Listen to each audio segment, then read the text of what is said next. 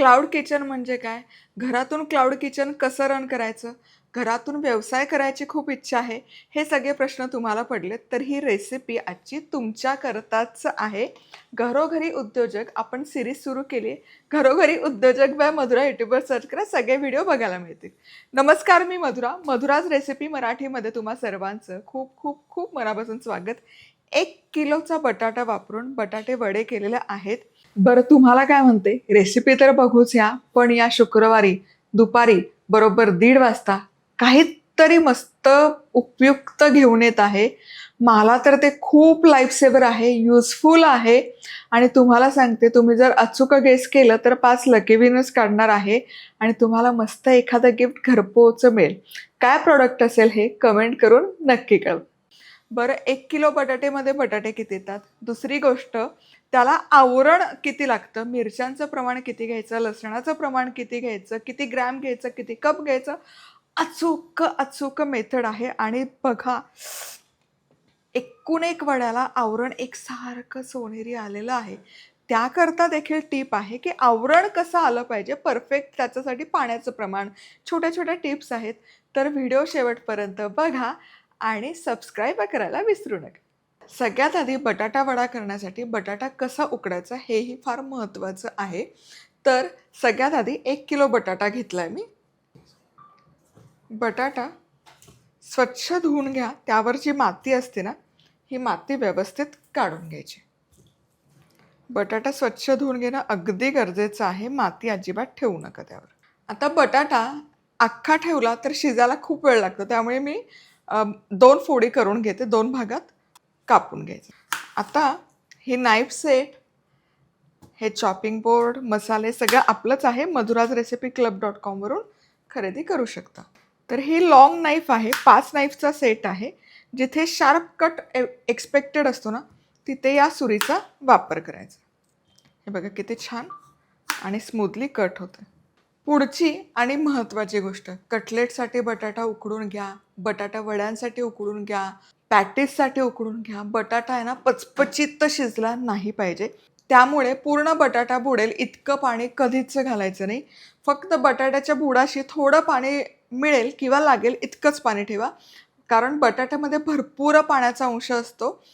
तो त्या स्वतःच्या अंगच्याच पाण्यात छान शिजतो आणि मग त्या बटाट्याची जी ओरिजिनल चव आहे ती तशीच राहते. पचपचित बटाटा होत नाही आणि त्याची चवही निघून जात नाही. हे बघा, अगदी अर्धा इंचच पाणी घेतलंय. हवं तर यामध्ये कुकरची जाळी ठेवा, मग त्यावर बटाटे ठेवा. आणि तुम्ही बघू शकाल मी उलट दिशेने ठेवते, म्हणजे सालाकडची बाजू खाली, म्हणजे त्यातलं जे पोषण आहे ते पाण्यामध्ये उतरणार नाही, बटाट्यामध्ये इंटॅक्ट राहील. छोट्या छोट्या गोष्टी असतात. झाकण लावायचं, मध्यम आचेवर 3 शिट्ट्या काढा किंवा वाफेवर शिजवणार असाल तर 10 मिनिटात छान वाफून निघतात बटाटे. आपले बटाटे व्यवस्थित शिजवून होत आहेत तोवर आपण याचं वाटण तयार करूयात. तर वाटण करण्याकरता हिरवी मिरची, 1 किलो बटाट्याला 10 हिरवी मिरची आणि 15 लसूण पाकळ्या, अगदी अचूक प्रमाण आहे. म्हणजे खूप तिखट नाही आणि माइल्ड नाही. हा ठेचा जरूर करा, कारण याची चव वड्यामध्ये अप्रतिम येते. हे बघा, ठेचा तयार. चला, बटाटे छान शिजवून घेतले. येस, बघा परफेक्ट शिजलेत. आता बटाटे काढायचे.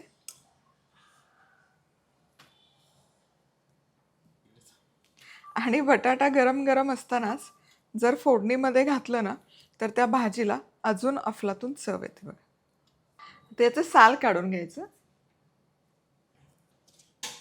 जरा गरम गरम असतानाच ही प्रोसेस केली ना, तर भाजीला सुरेख चव येते, तुम्हाला सांगते. त्यामुळे गरम गरम बटाटा फोडणीत घाला. चला, आता फोडणी करता तेल गरम करूयात.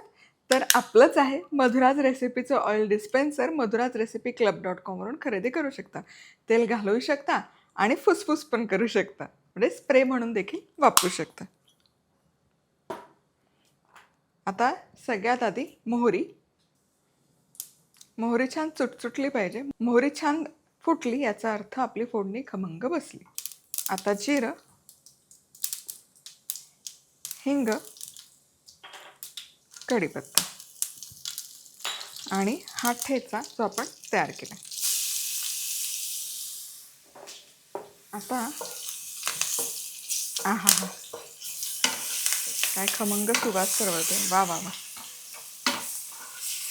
मिनिटभर हा ठेचा चांगला तेलामध्ये परतायचा. आहा, ठेचा खमंग परतून झाला. आता गॅस बंद केला. बंद गॅसमध्ये यामध्ये हळद घालायची, म्हणजे हळद आहे ना करपत नाही. अर्धा चमचा बरोबर हळदीचा वापर करावा लागतो. आता गॅस बंद करूनच यामध्ये हे जे बटाटे आपण सगळे उकडून घेतले, याच्या फोडी नाही केल्या. का नाही केल्या ते सांगते. यासोबतच मीठही घालूयात आणि हे चांगलं यामध्ये रगडून घेऊयात बटाटा. मिनी बटाटा वडा करताना आहे ना बटाट्याच्या खूप फोडी ठेवायच्या नाही, जरा बऱ्यापैकी मॅश करायचं. म्हणून मी याच्या फोडी नाही करून घेतल्या. आपण डायरेक्ट फोडणीमध्येच मॅश करून घेतो आणि मिसळून घेऊयात. आणि गॅस बंद केलाय. हे बघा, बटाटा घालण्यापूर्वीच गॅस बंद केलाय. खूप उष्णता जरी लागली ना तरी बटाट्याला खूप पाणी सुटतं आणि चव नाही लागत. आहा हा, बघा भाजीला रंग आणि पोत किती छान आलाय बघा. ही मिनी बटाटा वड्याची भाजी अशी हवी. आता यामध्ये बारीक चिरलेली कोथिंबीर हे देखील मिसळायचं. आणि आता हे मिश्रण गरम गरम आहे, थोडंसं थंड करून घेऊयात. बटाटा भाजीचं मिश्रण हलकं थंड झालं. आता वडे थापण्यापूर्वी मी यातला कढीपत्ता काढते. तो दाताखाली आला की छान नाही लागत. ठेवायचं असेल तर ठेवा किंवा मग बारीक तुकडे करून घाला. सो मी शक्यतो कढीपत्ता काढून घेते. तुम्हाला बारीक तुकडे करून घालायचं असेल तरी काही हरकत नाही, पण आमच्याकडे आवडत नाही. पण कढीपत्ता स्किप नका करू, कारण कढीपत्त्याची चव खूप छान येते. त्यामुळे कढीपत्ता अगदी मस्त आहे बटाट्याच्या भाजीसाठी. कढीपत्ता काढून झाला. आता यातून गोळे तयार करायचे. सो हा मिनी बटाटा वडा आहे. लिंबाचा आकार असतो त्याच्यापेक्षा थोडासा मोठा घेतला तरी चालेल, किंवा लिंबाच्या आकाराचा. आणि हे छोटे छोटे असतात ना, म्हणून यामध्ये मोठ्या फोडींचा काही उपयोग होत नाही वडा खाताना. पण म्हणून आपण बटाटा व्यवस्थित मॅश करून यामध्ये घातला. मॅश केल्यामुळे अगदी किसल्यासारखा नाही झाला, छोटे छोटे चंक्स पण राहतात आणि टेक्स्चरही छान येतं बघा. चला आता सगळे वडे असेच करून घेते. अगदी प्रमाणात करायचं असेल तर पाव कपचा एक कप घ्यायचा, त्याने घ्या, म्हणजे सगळेच अगदी मापात आणि एकसारखे होतील. आता बटाट्याचे वडे तयार आहेत. याचं पीठ कसं करायचं ते बघूयात. तर त्याकरता 2 कप बेसन घ्यायचं. 1 किलो बटाटा असेल तर 2 कप बेसन पुरे होतं. 2 कप म्हणजे 200 ग्रॅम. आणि बेसन चाळून घ्यायचं. ही पुढची महत्त्वाची टीप, म्हणजे आवरण आहे एकसारखं होतं आणि बेसनच्या गुठळ्या पण राहत नाही. माझ्याकडे हा फॅन्सी सिफ्टर आहे, हाच वापरला पाहिजे असं काही नाही. चाळणीने चाळून घ्या सगळं. याने फक्त पीठ इकडे तिकडे उडत नाही. हे असे किचन टूल्स आहेत ना, खरंच लाईफ सेवर पडतात. म्हणजे इकडे तिकडे पीठ उडत नाही आणि अगदी सहज चाळलं देखील जातं, म्हणजे कामही होतं, कचरा आणि पसारा न होता. चला आता यामध्ये पाव चमचा हळद, 1 चमचा मीठ आणि 2 चिमटे खायचा सोडा. खायचा सोडा अगदी मस्ट आहे, त्यामुळे आवरणाला आहे ना जाळी पण छान येते. आणि दुसरी गोष्ट म्हणजे हलकासा कुरकुरीतपणा देखील येतो. आता सुके जे पदार्थ आहेत ते छान मिसळायचे. आणि यामध्ये आधी 1 कप पाणी घालते. मिसळून घेऊयात. घट्टसरच ठेवायचं हे मिश्रण, सैल अजिबात करायचं नाही. आणि बटाटा वड्याचं आवरणाचं मिश्रण, मग ते भजी असो वडा असो, फेटायचं नाही अजिबात आहे ना. फेटू नका. फेटलं ना तर त्या आवरणाला ब्रेडसारखं टेक्स्चर येतं. मी हलकंसं फक्त मिसळून घेते. आणि हा सोडा घातला त्यामुळे बुडबुडे बघा किती सुंदर आलेत. आता यामध्ये अगदी 2 चमचे पाणी घालते, म्हणजे 1 कप आणि वर 2 टेबलस्पून पाणी अगदी पुरेसं आहे. आणि हे बघा परफेक्ट झालंय, खूप घट्ट नाही आणि खूप सैलही नाही. चला मिश्रण तयार आहे. आता किमान 10 मिनिट तरी हे मुरण्याकरता ठेवायचं. चला, तर या 1 किलो बटाट्यामध्ये 36 वडे बरोबर तयार झाले. म्हणजे 10 ते 12 लोकांसाठी म्हणजे प्रत्येकी 3 जरी वडा खाल्ला, पूर्ण जेवणाचं ताट असेल, मोर दॅन इनफ आहे. नुसता वडा खाणार असाल, तर मग 6 ते 7 जणांसाठी पुरेसं आहे. तर आता इथे तेल व्यवस्थित तापलेलं आहे, पीठही तयार आहे, वडेही तयार आहे. चमच्याने कसं सोडायचं ते आधी बघूयात आणि नंतर चिमटीत पकडून कसं सोडायचं ते नंतर बघूयात. आता हे बघा, यावर छान बुडबुडे आलेत. व्यवस्थित मुरवून घेतलं हे पीठ. हलकंसं फक्त एकदम मिसळून घेऊयात तेलामध्ये सोडण्यापूर्वी. आता हे जे आपण वडे तयार केलेत, हे एका वेळेस तुमची कढई किती मोठी आहे त्या अंदाजाने यामध्ये घाला. मी एका वेळेस 5 वडे सोडते. छान यावर कोट करून घ्यायचे आणि अलवार सोडायचे. बघा, चमच्याने फार इझी पडतं, म्हणजे मी प्रेफरेबली चमच्याने सोडते.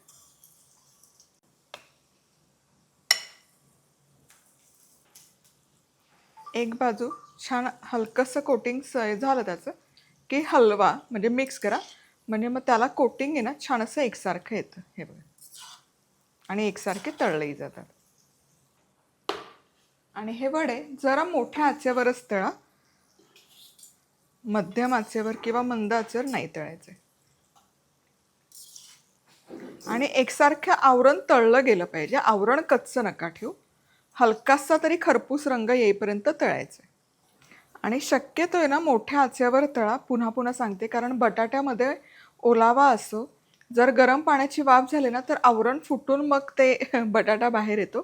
त्यामुळे बटाटा वडा जरी असला तरी तो मोठ्या आचेवरच तळायचा, जसं आपण मेदू वडा, साबुदाणा वडा तळतो, अगदी तसं.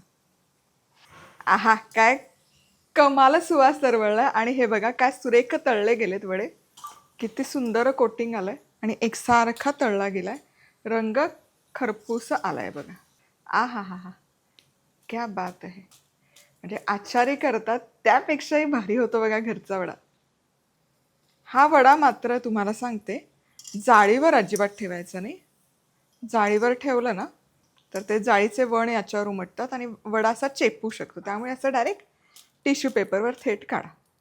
आ हा हा, नादच करायचा नाही बघा, नाद खुळा, वडा तयार. आता हाताने वडा तेलात कसं सोडायचं ते बघूयात. आहा, पण प्रेमात पडावं ना, इतकं कमाल हे होतात बघा, करून नक्की बघा. सो किती वडे तेलात सोडायचे तितके पिठात घाला, मस्त असं कोट करा. अचूक प्रमाण होतं बघा पिठाचं पण. आणि हे आता सोडताना ना असं 4 चिमटीत नाही घ्यायचं, 4 बोटांमध्ये त्याचे ठसे उमटतात. मग कसं सोडायचं, 2 चिमटीत पकडायचं, असा उचलायचा आणि लगोलग तेलात सोडायचं. हे बघा, हे असं शेपूट येतं या पद्धतीने, पण तळून झालं की शेपूट काढून टाकायचं. हाताचे बोटाचे ठसे नाही उमटत, त्यामुळे असं 2 चिमटीत पकडायचं आणि लगोलग सोडून द्यायचं. हे बघा, हे असं 2 चिमटीत पकडायचं आणि असंच ड्रॉप करायचं. शेपूट येतच, पण हरकत नाही, वड्याला आकार छान आला पाहिजे आणि कोटिंग छान आलं पाहिजे. आणि तेलात सोडलं रे सोडलं की जरा हलवायचं, म्हणजे त्याला ठसे खालचे कढईच्या बुडाचे ठसे नाही बसत. वा वा वा वा वा वा वा, पुढचा घाणा देखील तयार आहे. मस्त बघा, हा देखील सुरेख आलेला आहे. तेल निथळायचं, कढईतच निथळून घ्या आणि हा लगोलग ठेवायचा टिश्यू पेपर. चला, आता सगळे वडे तळून घेते. प्रमाण अगदी अचूक दिलंय. पिठाचं प्रमाण अचूक आहे, मिरच्यांचं प्रमाण अचूक आहे, आवरणाचं प्रमाण अचूक आहे, कोथिंबीर, लसूण सगळं अचूक प्रमाण, अगदी मिठाचं प्रमाण देखील अचूक आहे.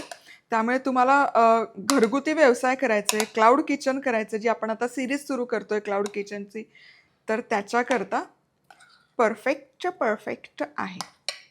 सो कसं खायचं अरे चटणीचे खूप सारे रेसिपीज पोस्ट केल्यात. चटणी बाय मधुराज रेसिपी यूट्यूबवर सर्च करा. सगळ्या चटणीच्या रेसिपीज बघायला मिळतील. पुदिना चटणी, नॉर्मल चटणी, चिंचगुळाची चटणी आणि असंच खायलाही बहारदार लागतात.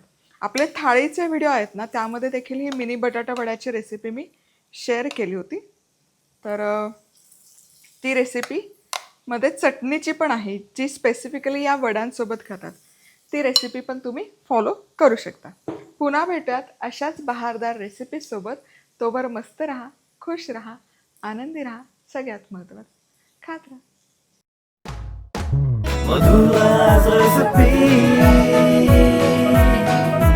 मधुराज रेसिपी, महाराष्ट्राची अस्सल चव.